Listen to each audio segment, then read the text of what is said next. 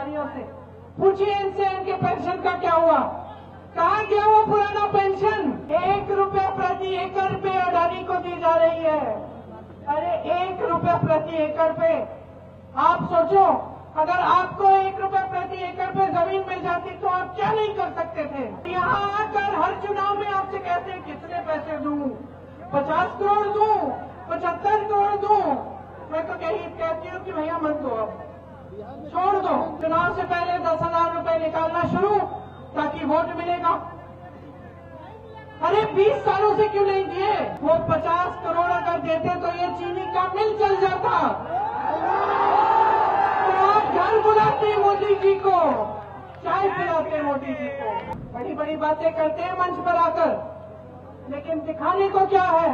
कौन सा नया कॉलेज बनवाया, कौन सी नई यूनिवर्सिटीज विश्वविद्यालय बनवाए।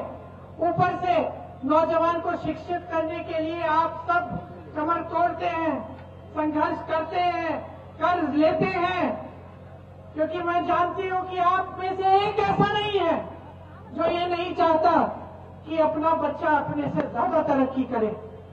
एक ऐसा नहीं है। गरीब से गरीब परिवार में जाओ, दूर दराज इलाके के गांव में जाओ, वहां के लोग कहेंगे सबसे पहला लक्ष्य क्या है? बच्चों को पढ़ाना है, बच्चों को शिक्षित करना है, बच्चों को रोजगार दिलवाना है, ताकि बच्चे अपने पैरों पे खड़े हो पाए। लेकिन ये मोदी जी का साम्राज्य है, इसमें यहां बिहार की जो शिक्षा की व्यवस्था है वो ठप हो चुकी है। क्या कह रहे हैं?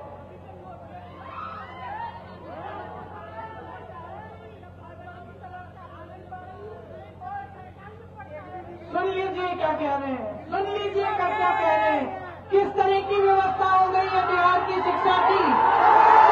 मैं नहीं कह रहा हूं, ये आपकी आवाज है, लेकिन कोई सुनने वाला नहीं है। आपकी आवाज को कोई सुनने वाला नहीं है।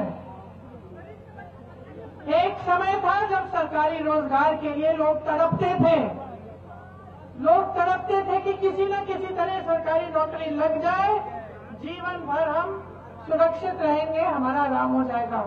आज पूछिए इन कर्मचारियों से, पूछिए इनसे इनके पेंशन का क्या हुआ, कहाँ गया वो पुराना पेंशन। वो भी बड़े बड़े सेठों के पास मार्केट में लगा दिया गया है, इनको पुराना पेंशन भी नहीं मिलता। आज सरकारी नौकरी क्या, सरकारी जितने कारखाने हैं सब बड़े बड़े सेठों को सौंप दिए गए हैं, और वो भी अंबानी अदानी 2 सेठों को। सरकारी जो हवाई अड्डे थे, जो पुल के जो ठेके थे, जो बंदरगाह थे, जो बड़े बड़े कारखाने थे, सब इन्हीं लोगों को। यहाँ आपकी जमीन 1 रुपया प्रति एकड़ पे अडानी को दी जा रही है। अरे 1 रुपया प्रति एकड़ पे, आप सोचो अगर आपको 1 रुपया प्रति एकड़ पे जमीन मिल जाती तो आप क्या नहीं कर सकते थे। आप अपने बच्चों को पढ़ा सकते थे, आप अपना भविष्य बना सकते थे, लेकिन दी किसको? दी किसको?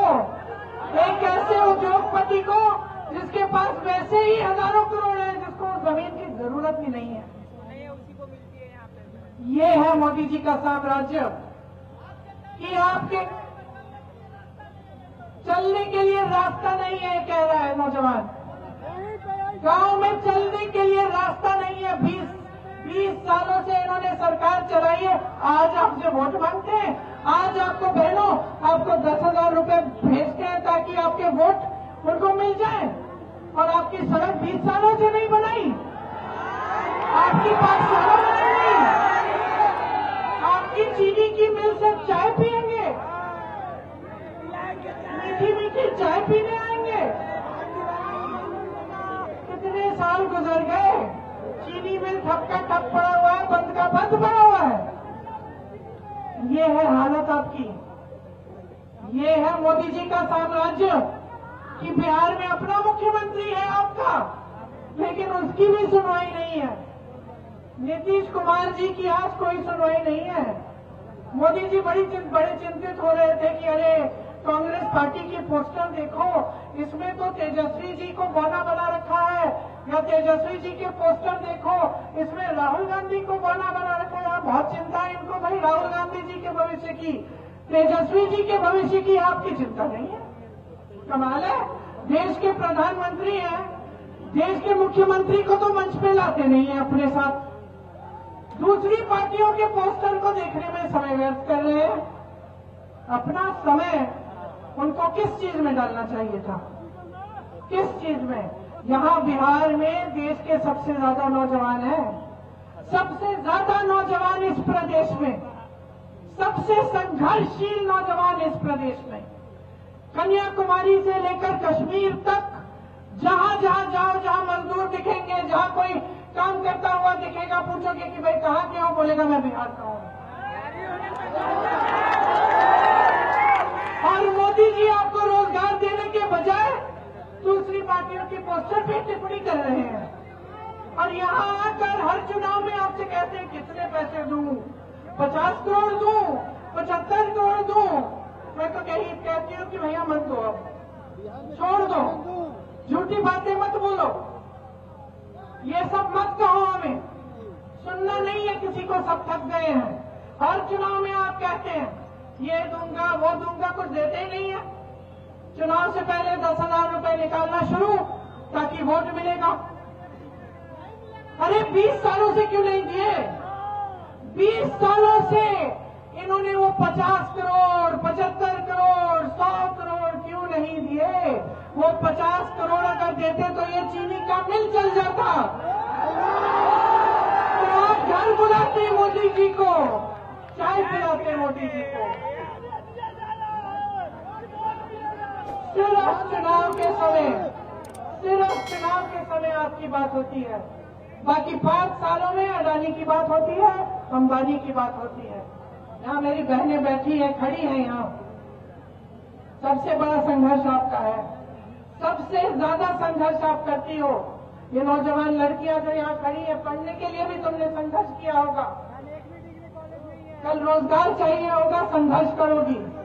और चाहे कुछ भी करो, घर आके तुम्हें ही काम करना पड़ेगा, तुम्हें ही घर संभालना पड़ेगा, बच्चों की परवरिश करनी पड़ेगी, बड़ों का देखभाल करना पड़ेगा।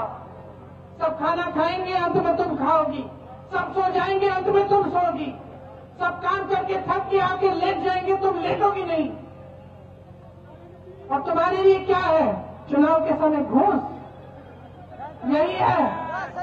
बाकी 5 सालों में कुछ नहीं। तुम्हें आगे बढ़ाने के लिए क्या किया? तुम्हें रोजगार देने के लिए क्या किया? तुम्हें मजबूत बनाने के लिए क्या किया? कुछ नहीं किया। खुद कर रही हो, कोई सहायता नहीं है। समाज से भी मुश्किल होती है, समाज भी सहायता नहीं करता, सरकार भी सहायता नहीं कर रही। अब उनको दिखने लग गया है कि महिलाएं जो है इकट्ठी हो रही हैं, समझदार हो गई हैं, समझती है कि उनके वोट में शक्ति है, तो चलो चुनाव के पहले दे देते हैं 10,000 रुपए। आज ये परिस्थितियां हैं आपकी, ये परिस्थितियां हैं कि आपके सामने देश के बड़े से बड़े नेता आकर झूठ बोलते हैं। बिल्कुल सही बोला, अगर देश बचाना है, देश चलाना है, तो ये सरकार हटानी पड़ेगी। अगर अपना भविष्य बनाना है, तो ये सरकार हटानी पड़ेगी।